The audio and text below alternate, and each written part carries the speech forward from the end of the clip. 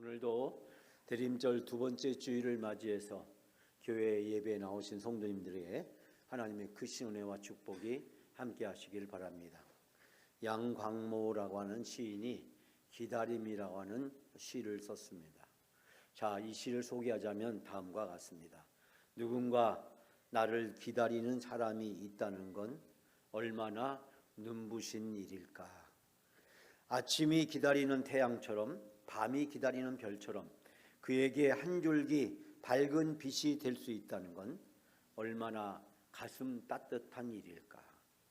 그리하여 그날을 손꼽으며 내가 그를 기다리는 건 또 얼마나 가슴 뜨거운 일일까. 태양을 기다리는 아침처럼 별을 기다리는 밤처럼 그를 위하여 아름다운 배경이 될 수 있다는 건 또 얼마나 맑은 눈물 같은 일일까. 우리가 태어나고 기다리고 죽나니 살아서 가장 햇살 같은 날은 한 사람이 또 한 사람을 촛불처럼 기다리는 날일세. 저는 이 양광모 씨의 그대가 돌아오는 저녁이라고 하는 시를 읽으면서 대림절을 보내는 저에게 많은 생각을 하게 만듭니다. 기다린다는 것은 무엇일까요? 이 시인은 우리에게 이야기하기를 내가 기다리고 싶은 것은 얼마나 눈부신 일일까, 얼마나 가슴 따뜻한 일일까, 얼마나 가슴 뜨거운 일일까, 또 얼마나 맑은 눈물 같은 일일까.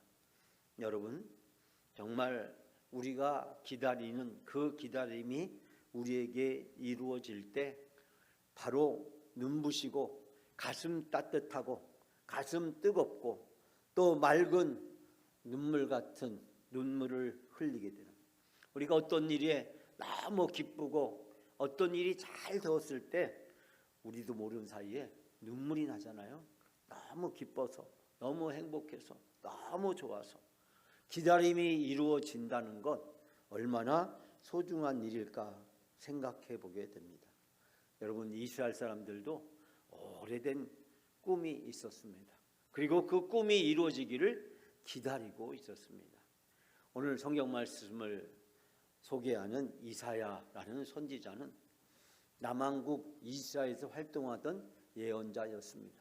근데 이때 당시에 아수르라고 하는 아주 큰 나라가 들고 일어나서 주변의 많은 나라들을 정복하고 괴롭혔습니다. 721년에 사마리아 북왕국의 수도가 이 아수르란 나라에게 함락을 당했습니다. 그리고 이 남왕국 유다도 북왕국에게 시달리고 있었습니다. 많은 조공을 그 저 아수르에게 바쳐야만 했습니다. 이 남왕국 유다는 산악 지역에 있었기 때문에 그것이 비옥하지도 못하고 경제적으로도 열악한 지역이었습니다. 그런데 이 북왕국 이스라엘을 멸망시킨 이 아수르가 호시탐탐 이 남왕국을 협박하고 위협하고 침략을 해오기도 했습니다. 결국 이 남왕국은 이 북왕국을 멸망시킨 저 아수르 나라에게 많은 조공을 바치면서 겨우 목숨을 부지하고 있었습니다. 국가의 운명이 풍전등과 같이 힘들고 어려운 상황에 처해 있을 때 하나님은 이사야 선지자를 통해서 이스라엘 백성들에게 말씀하십니다. 그리고 소망을 주십니다. 사실 우리가 함께 있지 않았지만 1장부터 10장까지 말씀을 보게 되면 이스라엘 백성의 죄에 대해서 하나님이 준엄한 심판의 메시지를 선포하고 있습니다. 왜 북왕국이 멸망을 당하게 되었는지, 오늘날 너희가 그 어려움을 당하는 모든 원인에 대해서 하나님은 선지자를 통해서 이스라엘 백성들의 죄에 대해서 통렬히 지적하십니다. 그리고 그 죄로 인해서 심판을 피할 수 없다라고 말씀합니다. 북왕국 이스라엘은 비옥한 지역에 있었습니다. 많은 경제적 교역을 통해서 부를 누리고 있었습니다. 한마디로 북왕국 이스라엘은 먹고 살기가 아주 좋은 그런 나라였습니다. 그런데 그들이 부를 쌓으면 쌓을수록, 경제적으로 번성하면 번성할수록 하나님을 의지하기보다는 우상을 의지하고 세상을 더 의지하고 물질을 더 의지하고 그리고 주변에 있는 여러 나라들을 더 의지하게 되었습니다. 북왕국 이스라엘에게서 하나님은 점차 그 모습을 찾아보기가 힘들게 되었습니다. 하나님을 떠난 북왕국 이스라엘, 결국 아수르란 나라에게 멸망을 당하고 말았습니다. 남왕국 유다도 북왕국이 멸망당하는 그 처참한 모습을 보면서 하나님 앞에 돌아와야 되는데 그들이 하나님 앞에 돌아오지 않고 어떻게 하면 잘 외교적으로 주변에 힘 있는 나라들을 의지해서 이 곤란한 상황에서 벗어날 수 있을까? 하나님을 찾으면 사는데 하나님을 찾지 않고 세상을 찾습니다. 여러분, 바로 이 어려운 때에 하나님은 이사야 선지자를 통해서 말씀하십니다. 그것은 이스라엘 백성이 바로 기다리던 메시아 그분을 보내주시면 이스라엘 백성들에게 놀라운 일이 이루어진다는 것을 말씀하고 있습니다. 저는 오늘 말씀을 통해서 세 가지를 여러분과 같이 함께 나누려고 합니다. 첫 번째는 1절과 2절 말씀에서 이스라엘의 꿈이 이루어지실 메시아가 어떤 분인지 소개하고 있습니다.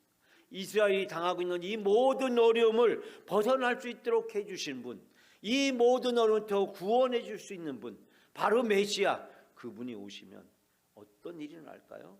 바로 그분이 어떤 분인지를 1, 2절에 소개하고 있는데요. 자, 우리가 1, 2절 다시 한번 다 같이 함께 봉독합니다. 이새의 줄기에서 한 싹이 나며 그 뿌리에서 한 가지가 나서 결실할 것이요 그 위에 여호와의 영 곧 지혜의 영 성령의 영이요 모략과 재능의 영이요 지식과 여호와를 경외하는 영이 강림하시리니. 아멘. 1절에 보니까 이새 줄기라고 이야기합니다. 이새는 다윗의 아버지를 얘기합니다. 이 다윗의 아버지 이새는 목축업을 하고 있었습니다. 여러분, 목축업이 오늘날 보이면 그럴듯해 보이는 직업, 즉 농업 중에 하나로 보이지만 당시 목축업은 굉장히 힘들고 어려운 직업 중에 하나였습니다. 그렇기 때문에 다윗의 아버지 집안은 사실 별 볼 일 없는 그런 집안이었고 그 중에 다윗은 더더군다나 별 볼 일 없는 자식 중에 하나였습니다. 사무엘이 이새의 집을 방문했을 때 그때 바로 이새 아들 중에 많은 아들이 그 사무엘을 와서 인사를 하게 됩니다. 근데 이 다윗은 저 들판에서 그때도 저 가축들과 함께 있었습니다. 그러니까 이새라고 하는 이 목축을 하던 집도 별 볼 일 없었지만 그 아들이었던 다윗은 더더군다나 별 볼 일 없는 그런 존재였습니다. 왜냐하면 그 아들 중에서 정말 제대로 된 아들도 취급을 못 받고 있었다라는 것을 발견하게 되는데 그 이유는 뭐냐면 당시 목동은 안식일을 지키거나 예배하거나 기도할 수 있는 그런 신분과 위치도 아니었습니다. 어떻게 보면 예배를 드리지 않아도 되는, 그러니까 어떻게 보면 버림받은 그런 직업 중에 하나가 바로 이 목동이었음을 발견할 수 있게 됩니다.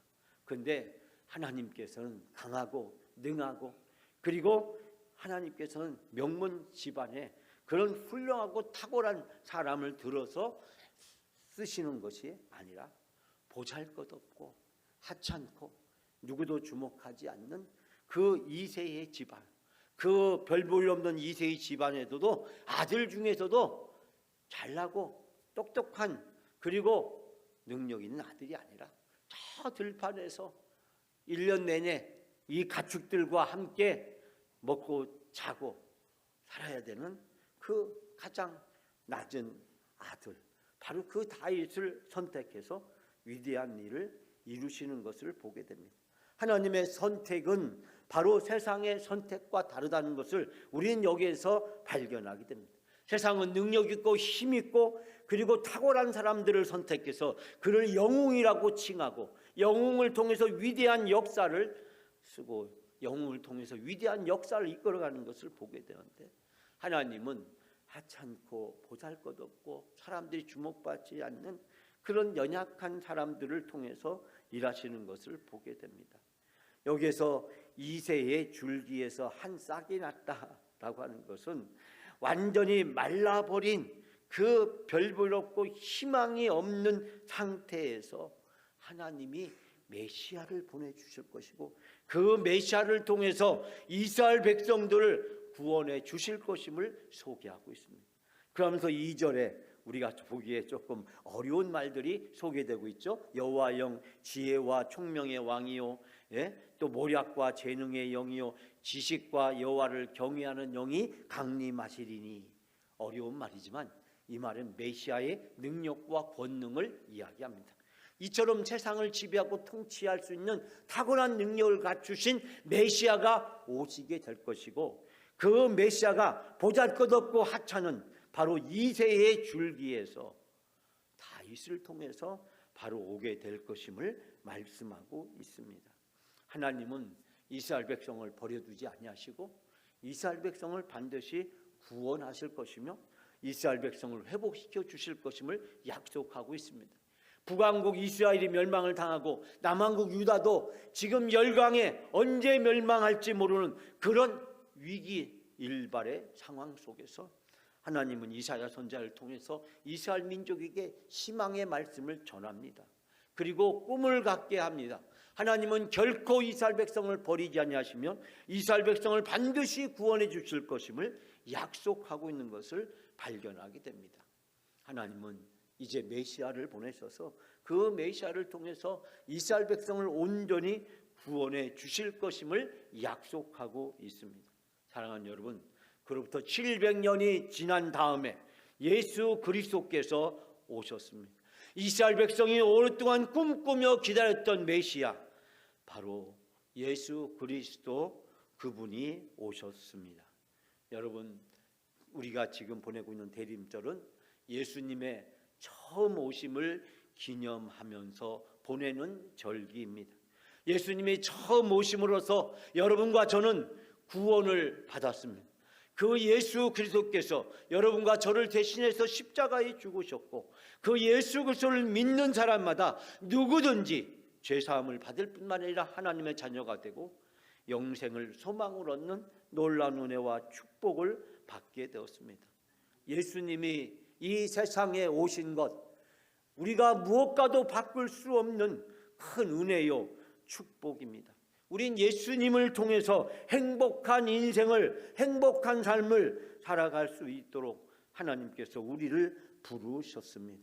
사랑하는 여러분, 대림절은 꿈이 이루어지는 시간입니다. 하나님이 우리에게 약속하신 그 꿈은 반드시 이루어집니다. 그러므로 우리가 그 꿈이 이루어진다는 믿음을 가지고 살아가게 되면 우리는 이 세상의 모든 것들을 이겨내고 하나님이 주시는 행복한 인생을 살아갈 수 있게 됩니다. 사랑하는 여러분, 성탄절, 바로 예수 그리스도의 처음 오신 날을 기념하는 것이고, 그 예수 그리스도가 다시 오신다는 소망이 있다는 것, 바로 우리에게 가장 큰 축복이고 행복인 줄 믿습니다. 2025년 대림절, 예수 그리스도의 처음 오심을 기념하면서 예수 그리스도가 오셔서 나를 구원하시고 행복으로 나를 초대했다는 사실에 감격과 기쁨을 가지고 살아가시는 여러분의 복된 삶이 다 되시기를 바랍니다. 두 번째는 바로 3절에서 5절 말씀에서 메시아를 통해서 이루어질 행복한 세상을 소개하고 있습니다. 우리는 어떻게 하면 그 메시아를 통해서 행복한 세상에서 살아갈 수 있을까요? 우리가 3절 한 절만 우리 다 같이 함께 봉독합니다. 그가 여호와를 경외함으로 즐거움을 삼을 것이며 그의 눈에 보이는 대로 심판하지 아니하며 그의 귀에 들리는 대로 판단하지 아니하며. 아멘. 여호와를 경외함으로 즐거움을 삼을 것이며, 이 말을 뭐 뜻일까요? 하나님을 경외하는 것을 즐거움으로 삼는다. 하나님을 알고 하나님을 예배하고 하나님께 찬양하고 기도하는 것을 즐거움으로 삼는 사람이 행복한 사람이라고 하는 것입니다. 여러분, 행복의 기준은 세상에 있는 것이 아니라 하나님에게 있는 것입니다. 하나님이 우리에게 행복을 주는 분이심을 알고 그 하나님께 예배하는 것, 하나님께 기도할 수 있는 것, 하나님을 찬양할 수 있는 것, 하나님을 위해서 하나님의 말씀을 읽고 그 말씀을 듣고 그 말씀에 순종할 수 있는 것, 바로 그것이 우리에게 행복이라고 하는 사실입니다. 여기서 여호와를 경외함으로 즐거움을 삼는다라고 이야기했는데, 이걸 히브리 성경에 있는 대로 직역을 해보면 여호와를 경외하는 코로 호흡한다. 여호와 경외를 코로 호흡한다라는 뜻을 가지고 있습니다. 코로 호흡을 한다는 뜻입니다. 단순히 냄새를 맡는다는 그런 뜻을 넘어서서 좋은 향기를 만끽한다라는 표현인데, 이것을 바로 다시 말하면 즐거워한다라는 뜻입니다. 즉 하나님의 아름다운 향기를 마심으로 하나님으로 인해서 즐거워하고 기분이 좋아지는 것을 의미합니다. 메시아이신 바로 예수 그리스도, 하나님이 보내신 그분의 향기로운 꽃향기를 숨쉬듯이 하나님을 경외하는 참된 만족과 즐거움을 누릴 수 있다라고 이야기하고 있습니다. 하나님께 예배하는 사람은, 그리고 하나님을 알고 하나님을 섬기는 사람은 하나님은 그에게 은혜를 베풀어 주십니다. 오늘 말씀 보니까 눈에 보이는 대로 재판하지 않고 귀에 들리는 대로 판단하지 않습니다. 하나님이 만약에 우리를 눈에 보이는 대로 재판하고 귀에 들리는 대로 우리가 하는 모든 것들을 판결하신다면 우리가 어떻게 살아남을 수 있을까요? 하나님의 공의와 정의를 만족시킬 사람이 이 세상에 누가 있겠습니까? 그런데 하나님은 우리에게 은혜와 자비를 베풀어 주시고 우리의 죄와 허물을 다 가리고 용서하여 주시고, 우리처럼 부족한 저희들을 하나님은 부르셨을 뿐만 아니라 우리를 구원해 주시고 하나님의 백성 삼아 주시고 하나님의 자녀 삼아 주셨습니다. 사랑하는 여러분, 하나님을 알고 하나님께 예배하는 자에게 하나님은 이처럼 놀라운 은혜와 축복을 베풀어 주십니다. 사랑하는 여러분, 메시아이신 예수 그리스도, 그분이 우리 행복의 원천입니다. 그러므로 우리는 예수님을 행복의 원천으로 삼고 살아가는 사람은 바로 행복한 인생을 살아가는 사람입니다. 예수님 때문에 구원받았고 하나님의 자녀가 됐고 천국의 영생을 소망하게 되었습니다. 여러분, 우리 인생에 있어서 이것보다 더 중요한 것이 어디 있겠습니까? 모든 것이 다 우리를 떠나갑니다. 우리가 세상에서 만족했던 것, 우리를 즐겁게 하고 행복하게 했던 것, 우리에게 기쁨을 주었던 모든 것들이 결국은 다 떠나가고 우리는 다 놓아야 됩니다.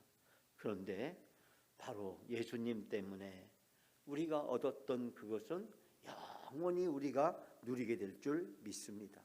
예수님 때문에 행복하고 예수님과 함께함으로 행복하고 예수님을 소망으로 삶음으로써 행복한 인생을 살아가는 여러분이 다 되시기를 주님의 이름으로 축복합니다.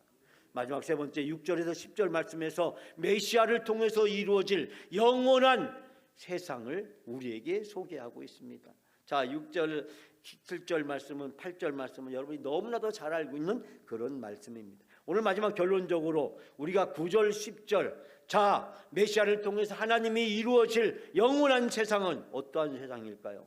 자, 9절, 10절 우리 다 같이 함께 봉독합니다. 내 거룩한 산 모든 곳에서 해됨도 없고 상함도 없을 것이니 이는 물이 바다 덮음같이 여호와라는 지식이 세상에 충만할 것입니다. 그날에 이새의 뿌리에서 한 싹이 나서 만민의 가치로 설 것이요 열방이 그에게로 돌아오니 그가 거할 곳에 영화로우리로다. 아멘. 여러분, 예수 그를 통해서 주시는 하나님의 나라, 그 천국에서는 해됨도 없고 상함도 없다라고 이야기하고 있습니다. 그곳에서 우리가 살아갈 수 있는 것, 그것은 세상이 무엇과도 비교할 수 없는 영광스러운 것임을 소개하고 있습니다. 우리 10절에 보면 그날에라고 되어 있는데 이 말씀을 쉽게 번역해 보면 무슨 뜻이냐면 그날이 오면 이란 뜻이 있습니다. 예수 그리스도 그분이 오시면, 예수 그리스도 그분이 다시 오시면 우리에게 이루어질 놀라운 하나님 나라 천국의 은혜와 축복을 우리에게 이야기하고 있습니다. 우리는 예수 그리스도의 처음 오심을 통해서 구원받았고 하나님의 자녀가 되었습니다. 예수 그리스도가 다시 오심으로 말미암아 우리는 이제 영원한 천국에서 주님과 함께 영원히 살아가게 될 것입니다. 사랑하는 여러분, 바로 예수를 통해서 약속하신 하나님의 이 놀라운 은혜와 축복이 이루어지는 것, 6절부터 7절 말씀에 보면 우리에게 이렇게 그 나라를 표현합니다. 어린 양과 함께 살며 포범이 어린 염소와 함께 누우며 송아지와 어린 사자가 살찐 짐승이 함께 있어 어린아이에게 끌리며 암소와 곰이 함께 먹으며 새끼가 함께 엎드리며 사자가 소처럼 풀을 먹을 것이며 젖먹이에 있는 아이가 독사의 구멍에 장난하며 젖된 아이가 독사의 굴에 손을 넣을 것이라. 여러분, 이 놀라운 세상의 모습이 우리 앞에 이루어지게 될 것이라는 것입니다.